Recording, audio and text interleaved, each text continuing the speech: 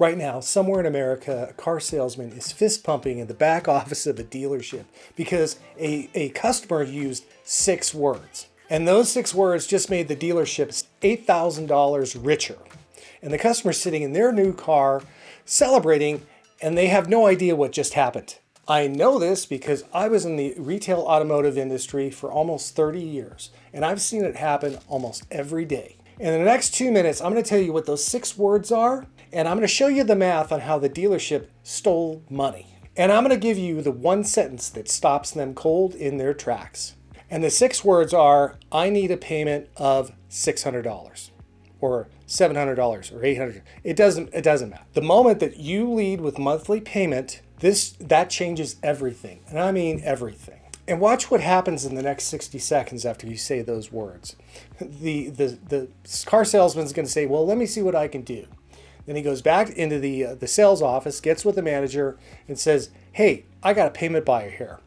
And the manager is going to high five and say, all right, man, we're going to make some money. But wait, it gets worse. When you tell them that you're a payment buyer, they're going to manipulate 4 different numbers, and you're not even going to see it coming. So when you focus in on monthly payment, you just handed them control of 4 different numbers, and they're going to manipulate every single one of them. So let me break this down, because this is where $8,000 of your money is going to disappear. Okay, so number 1, the price of the car.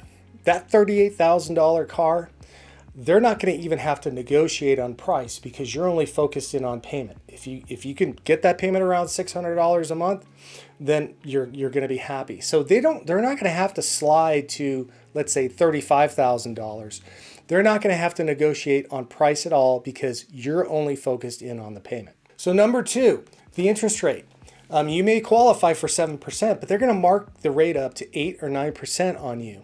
And play around with the financing and make more money on reserve. That could be thousands of dollars in the process. If you're committed to that payment and they contract you at a higher rate, that could be $2,000 to $3,000 in additional finance profit that they're going to make off of you. Number 3, the term of the loan. You might be thinking 60 months, but the dealership is thinking 72, 75, even 84 months. That's how they're going to keep that $700 a month payment to a $600 a month payment. And that extra amount of money that you're going to be financing over that next 2 or 3 years could equate to an additional $2,000 to $3,000 worth of money that you're overspending that is additional dealer profit to them. Number 4, your trade-in. If the actual cash value on your car is somewhere around $8,000, they're going to try to take it in for $5,000. As long as they can cover it up with that payment, as long as they can get to that target payment, they're going to try to do that. So they can manipulate all of that money in their favor. And that could potentially, cost you upwards of $8,000 per transaction. And the customer is so focused in on monthly payment that they don't even notice it. Now, let me show you how this would typically play out with a real customer. And I've seen this a lot. And when I tell you this story, you may actually see some of this stuff in yourself or maybe somebody that you know. So here's a scenario. A young couple comes walking, and a lot of times it's a first-time buyer. And they've never negotiated and they don't know anything about financing. And then they just blurt out, hey, I want a payment under $600 or X amount of dollars a month. And the dealership is seeing dollar signs. And here's why. And let's say they had the car listed at $28,000 and the dealership had it marked up $2,500. So instead of the customer negotiating that price down from $28,000, the dealership is just going to keep it there. They're not even going to bother negotiating because if the customer's focused in on payment, they really don't have to. Their credit qualified them for a 6.9% interest, but the dealership is going to contract them at 8 or 9%. That's $2,400 over the life of the loan. They were thinking 60 months. The dealership is going to stretch that out 75 to 84 months. That's an additional $1,800 to $2,500 for the extended term. And their trade-in, it's worth $8,000 actual cash value. The dealership gave them $5,500. They never question it because they actually got to the customer's payment below $600 a month. And that one deal, the dealership made $8,700 in gross profit. And the customer thought they won because they had a payment under $600 a month. And that's not the worst part. The worst part happens thousands of times a day across the country. And I saw it for almost 30 years. So why do car dealers like payment buyers so much? Let me pull back the curtain and tell you about what happens in the back office. So here's what you need to understand. Dealerships have software that will calculate payments instantly. They can stretch terms, they can manipulate interest rates, they can change trade-in values, and they can hit that payment number almost every single time. In the back office, we kind of called it making the payment work. Well, it's actually making the profit work. And here's the thing. When you are a payment buyer, there's a lot of questions that you're not going to ask. You're not asking, what's the negotiated price on selling this car? You're not going to ask, what interest rate am I approved for? You're not asking, hey, what's the term? How many months am I financing? And you're not asking, what's the actual cash value of my trade? If you're just asking, hey, can you get me below $600 a month on this car? Their answer is always going to be yes, because they control all the variables. Hey, if there's anybody out there that's bought a car in recent memory, do me a favor. I would like to get your feedback. Go down in my comments. I'd like to find out exactly what your experiences were like with the dealer that you bought from. And if there's anybody out there that's in the market for a new or used car and you want my professional advice, go down in the description. There's a Zoom link for a one-on-one consultation with me. It's my goal to save you as much time and money as possible. So here's the good news. I'm going to give you the one sentence that you can use that's going to flip the script and put you in control. This one sentence changes everything. This is exactly what you need to say. I'm not focused in on monthly payment right now. I really want to negotiate the best price that we can on this car. And then after we've negotiated the best price, then we can look at financing terms at that point. And then they're going to push back and they're going to say, well, you know what? We kind of need to kind of figure out where you're at, what you're going to be comfortable with. And, you know, we just want to make sure that we put you on the right car. We don't want to put you on too much car. And they're always going to come back with, you know, if we could do it for this, would you buy it? The oldest question that I was ever, my first day in the car business when I was a salesman is, if I could, would you? If I could sell you the car for this, if I could get this monthly payment for you, would you buy it? If I could, would you? Remember that. Next time you go car shopping, if a car salesman says that to you, again, go back to this. Hey, all I want to do is make sure the car is the right fit for me and negotiate the best price that I can. I'm not concerned about monthly payments right now. We'll figure out the financing later. This puts you in total control. And it puts them in a position where they're going to have to cater to you, not to them. So after you've negotiated the best price that you can, and the topic of financing comes up, you should have already gone to your bank or credit union and gotten pre-approved for a auto loan. And that's going to do several things for you. It's going to tell you exactly what your car payment's going to be on this amount of car.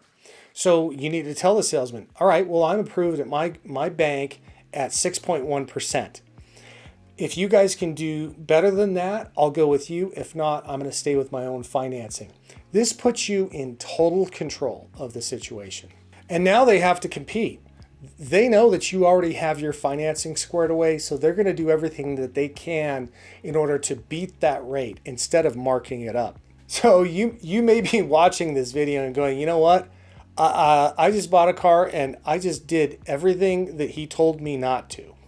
Well, there's a couple things that you can do. I'm going to make some suggestions and how you can move forward and potentially save yourself some more money. All right, so the first thing you want to do is you want to take out your contract, take out your paperwork, and look at the price of the car. The price of the car, you need to look at that car at different websites like Carvana, Auto Trader, Kelley Blue Book, you know, all the usual suspects when it comes to shopping for cars online. See what the market on that car is and see if you might have overpaid.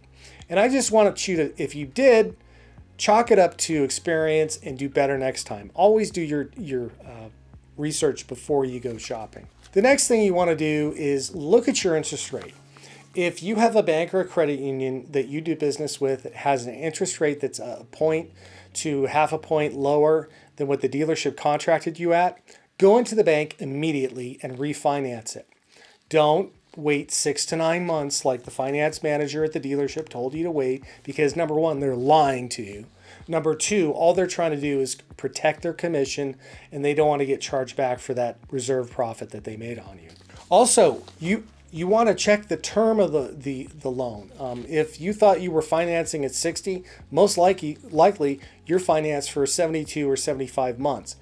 If you can get a better deal, a lower rate, and a shorter term through your bank, go ahead and refinance it. And again, don't pay attention to anything the dealership told you about that. Just go in, refinance it, save the money on the interest. You'll thank yourself in the long term. And number 4, look at your trade-in.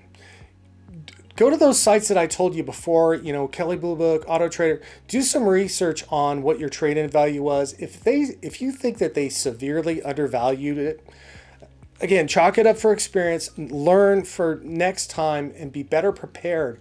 Do the research on how much the car is that you're buying, and how much your trade-in is worth ahead of time. And if you're in the market for a car right now, always get with me down in the description. I have a Zoom link for one-on-one counseling. It could save you thousands of dollars. And I know personally, I had clients last month that I saved literally thousands of dollars by just having a conversation with me. It's my goal to save you as much time and money as possible. So I know what you're thinking.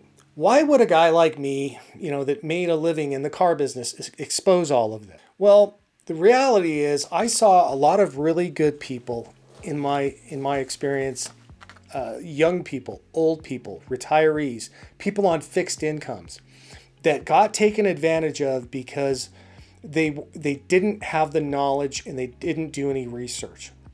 All I'm trying to do right now is give you the knowledge and tell you what my experiences were so that maybe you're going to make better decisions in the future. The better informed you are, the more likely you are to get a better deal on a car and not get taken advantage of. And that's all I'm trying to do. Listen, the dealerships are banking on you not knowing any of the stuff I'm sharing with you. They're banking on you coming in and focusing only on monthly payment, because the moment you do, they know they got you. But now you know better. Knowledge is power. So remember, never lead with monthly payment. Negotiate your best price first, get your own financing lined up, and you're going to want to control all the variables yourself. So remember, I'm always available for help. Let's make sure that you don't leave that $8,000 on the table. So now that you know all this on how to maybe not get taken advantage of, you need to watch this next video. This video is about a lot of things that the guys that work in these car dealerships wish you didn't know about. So until next time, don't forget to hit like and subscribe. We're going to catch you on the next one, and goodbye.